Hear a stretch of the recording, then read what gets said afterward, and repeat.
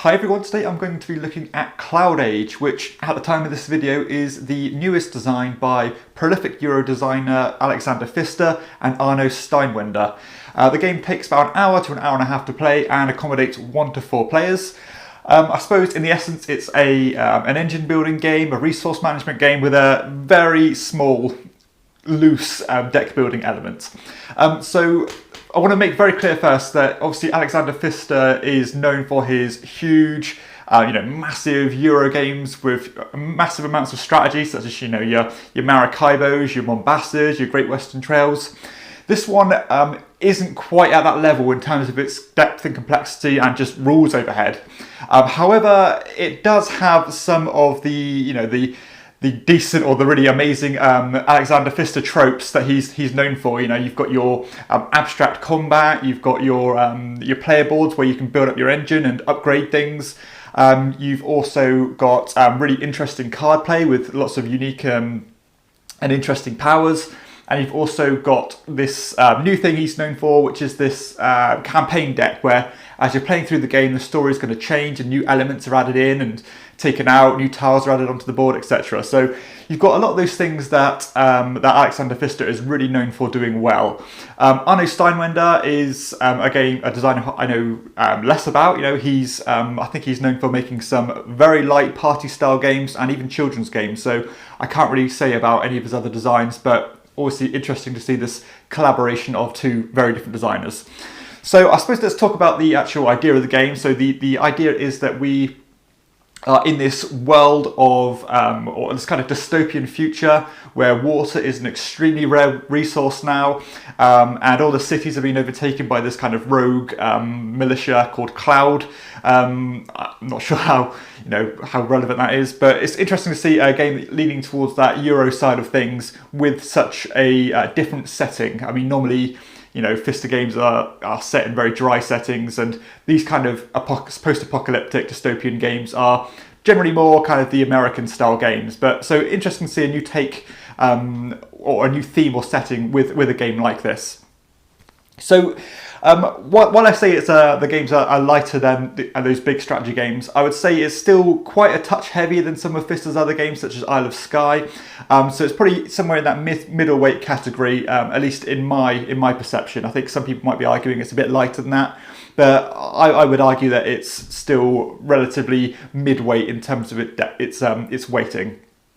So throughout the game, it's going to be quite regimented in terms of how the game plays out. Going from phase to phase to phase, but those phases are pretty straightforward. So basically, what you're going to do is you're going to be converting energy into water if you want to, and then you're going to be traveling around this big map made up of all these hexes and different towns and cities on them. Where you're going to be going from town to town, fighting all this different militia, picking up bonuses as you go.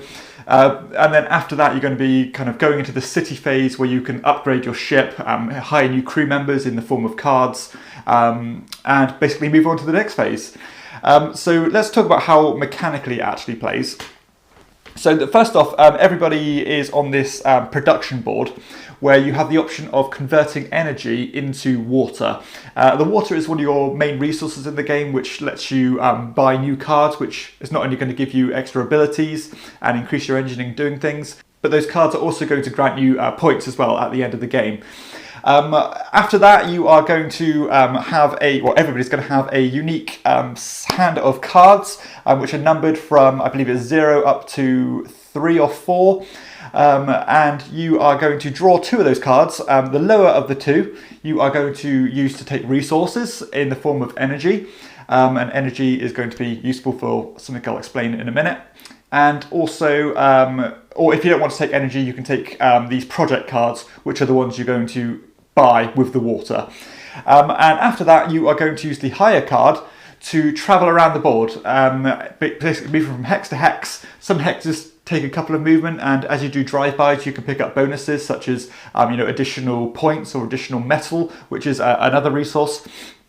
And then you're going to have to stop in another city, and those cities have different values on them. So they might have a combat value of, say, 2 at the earliest earlier side of the board, and as you travel on and on throughout the game, the battles are going to get progressively more difficult to win, going up to about, I think, 7 or 8 or even higher than that.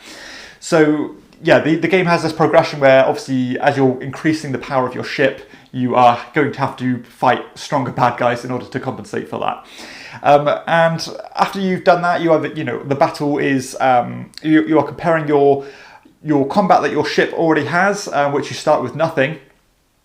And then you are obviously adding any cards and stuff that's increased your combat skill.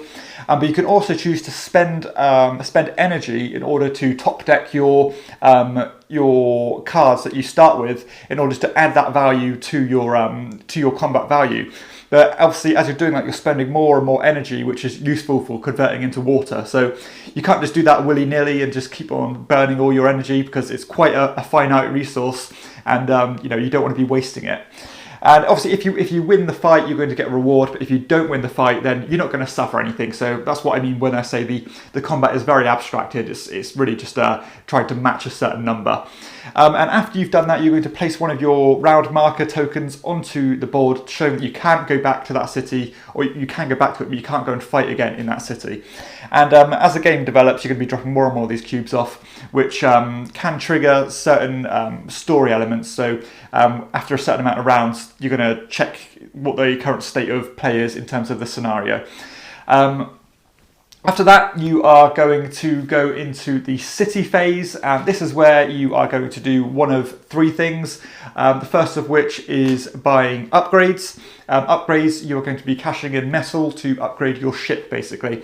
And your ship starts with all these, or it's basically a plain board, and you've got these jigsaw pieces which kind of state how much you need to spend in order to upgrade something. So the 3 things you can upgrade is being able to move faster, being able to fight, so it adds guns onto your base skill, basically, and also the ability to spread new growth, which is a way of placing tiles onto the board to get other points. If you don't want to do that, you can also just choose to buy cards. And those cards vary from very cheap into quite expensive. And as I said, they all give you different points. But they can be things such as increasing your combat skill, making you move faster, giving you points for certain criteria, making other cards cheaper to buy. So you've got all these different kind of paths you can follow down and build an engine that way, based on the cards you've accumulated throughout the game. And the other option, sorry, something I should have said as well, is that whenever you take that build action, the other players, the person who chooses it gets to build twice or to upgrade twice, and the other players get to do it once. So you've got that kind of piggyback action where you can do something even when other players are doing things, or when they are choosing something to do. The other thing you can do is to collect resources, and this is quite a simple but unique concept about how this works. So basically you have these 3 sections, all relating to this different resource card. I think they're called city cards. And those city cards show 4 different things with the 4 different resources on. One of those resources is going to grant you 3 of them. One is going to grant you 2, and 2 of them are going to grant you 1 of those resources. And those resources are obviously water, they're going to be the metal, they're going to be the energy, and going to be drawing new cards. But you think, why don't I just choose the one that grants me the most of those resources? And that's because these cards are in sleeves, obscuring the view of the artwork on that city, because the artwork actually shows how much of a certain resource is on that card, and you're going to have to kind of fill in the blanks, if you want to put it that way, to decide what's going to be the most the most abundant resource there. So that's really quite interesting, and you can try fill in the gaps, and hopefully you pick the one that you really want. Additionally, some of those cards have additional bonuses on, such as having another upgrade action, or being able to grant you the ability to shed a card from your discard pile. So as I said, you start the game with one of those 0 cards, you can just get rid of that from your deck, so you never have to worry about drawing another 0 card. So I really do like that, and as I said, much like the upgrade action, when you go there, someone else can go to a spot after you, but just not take the exact same resource. So again, you're constantly getting resources, and trying to weigh up how you're going to use them. The third spot is to spread those new growth tiles, where you lay these tiles out from where your airship is, and either get points or resources, and even covering up spots on the board to stop other people from getting those bonuses by driving past them. So that's going to basically be the flow of the game. You're going to go through those motions again and again and again. Whenever there's a point in the game where you're checking the story, you're going to be reflecting on that. But those are the key mechanisms in the game. And as you go on and on and on, more elements are thrown in. But I'm not going to go into any spoilers or go into any story or anything like that. Just trying to give you a gist about how the game plays. The game also offers you these mission cards that you can try and fulfill. And that's also another quite interesting concept, because all these mission cards have 2 sections on them. That wants you to fulfill certain objectives to get points at the end of the game. But whenever you take another mission card, you're going to have to cover up one of the squares on the existing card. So if you have 1 card, you're going to be having 2 missions. If you have 2 cards, you're going to be scoring 3 missions. And 4 cards, you're going to have to cover up another one. So you're only going to be scoring 4 missions. So you can't really manipulate or exploit the mission way of getting points. So I do like that. It's another just a concept that works well. So yeah, that's going to be the flow of the game. It's pretty simple once you get your head around it. I must admit I had a bit of a struggle learning the rules from the rulebook, and I'm not sure if that's because I didn't quite know what to expect. But some of the terminology in the game is quite weird as well. But once you get to playing the game, it flows very smoothly, and it's certainly not overwhelming in terms of its rules, but it still has that real weighing up of how you're going to spend your resources, because you need the water to do pretty much everything. You want to be constantly increasing your production boards so that when you go up, you get the option to spend in energy to get more water and potentially more points the further you get up the track. But you need the energy to fight. So yeah, there's lots to think about, and how you're going to spend your resources most efficiently is quite clear thread throughout the game. The balance of the game is it's perfectly fine. I mean, there's nothing to complain about. Obviously, you're constantly drawing cards at your disposal to use and upgrade your ship, and maybe some people can get lucky with the cards they're drawing, but generally they're all good and you can follow different paths, and it's not like they're a real scarce supply to keep drawing cards. If when you're not taking energy by spending one of those lower cards, you can constantly take cards into your hand. So you're not so subject to the cards that you're drawing, and there's always good options there, at least from my perception of the game so far.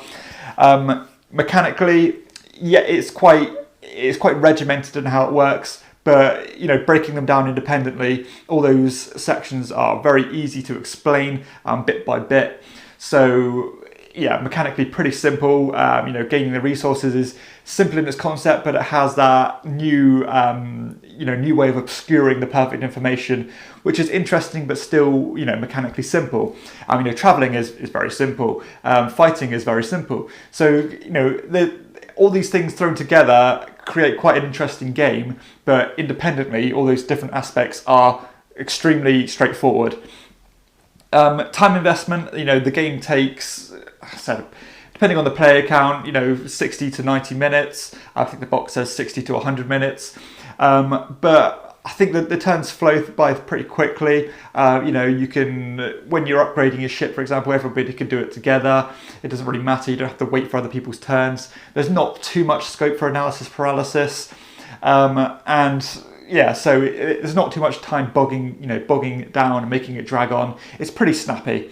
Replayability is a real strong factor for this one, because not only have you got that the story element to things, where it's constantly throwing new mechanisms in, new ways to score points, the actual story itself is interesting, and I love the way that Pfister is almost creating this new genre of Euro games where you are compelled to go back to play them. At least it works on me. I mean, the fact that it does have that story and a progression throughout, and adding new tiles to the board, adding new cards into the card deck, more powerful and interesting ones, that really appeals to me, and it makes me feel like I want to go back and play it again and again and again, where sometimes I might not want to.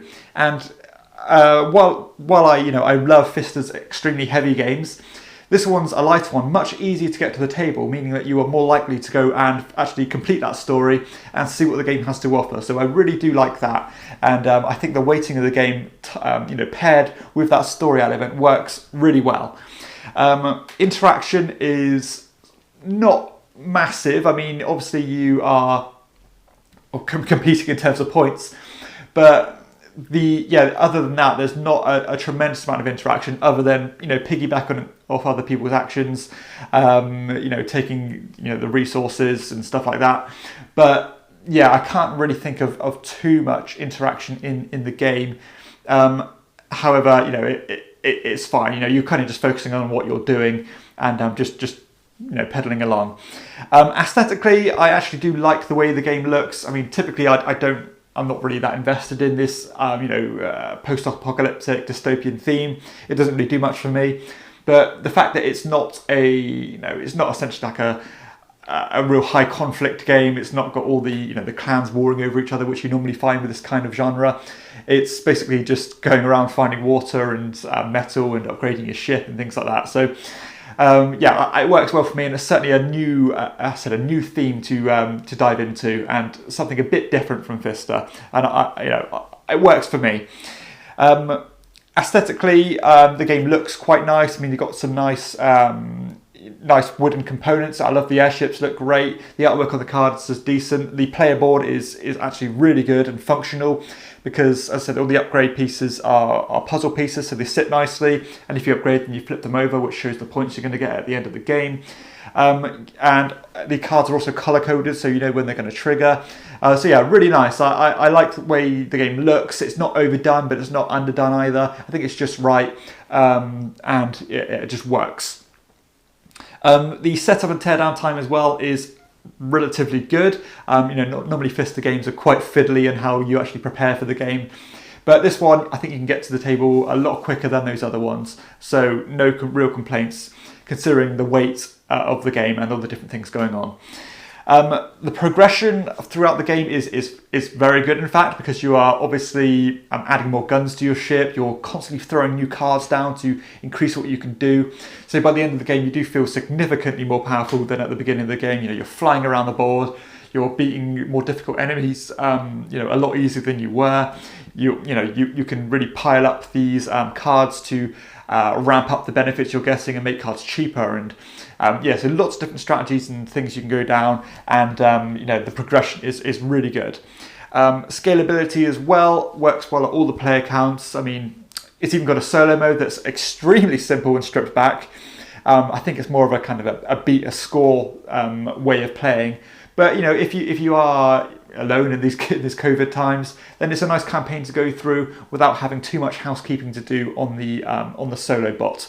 You're basically just, I think the bot is just giving you a certain benefit each round you go through, and you're not actually competing with anybody. You're just trying to beat a certain threshold. And comparison-wise, while there's nothing exactly I can think of that matches the feel of the game, it does have or borrow a lot of the things that Pfister is used for, but uses them in a slightly different way. You've not got all the things that Pfister uses again and again and again, but you've still got those clever cards. You've got the upgrades on the boards. You've got a lot of his things that he's good at, but implemented into a slightly lighter game. So yeah, it's a nice fresh feel to a Pfister design, with still being familiar but still treading into new ground. So that's really interesting.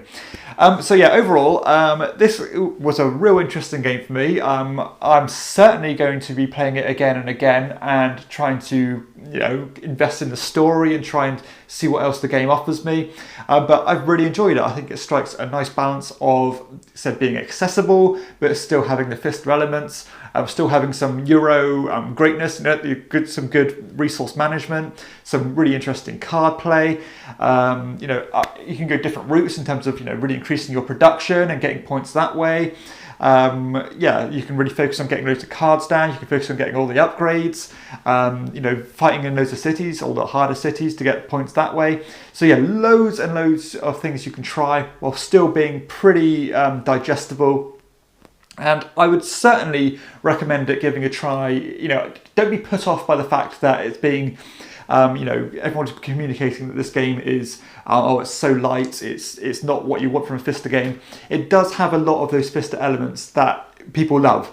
So give this one a try for yourself. I personally really enjoyed it, and like I said, I'm going to be playing it again and again. So yeah, it's not as light as people are saying it is. But of course, it's not the, you know, the big Magnus Opum Pfister strategy fests. But still, it's a nice balance between the two. It's not dumb just going through the motions and, you know, having the game play it for you. I'm really interested by it. I'm always still interested to see what Pfister brings out. You know, everything he does at least intrigues me. And while I wasn't quite sure what to expect with this one, I was pleasantly surprised. So yeah, this one gets my seal of quality. More good Pfister games. Another game here that's really good from him. If you have enjoyed this review, please hit like and subscribe to my channel and check out my other videos too.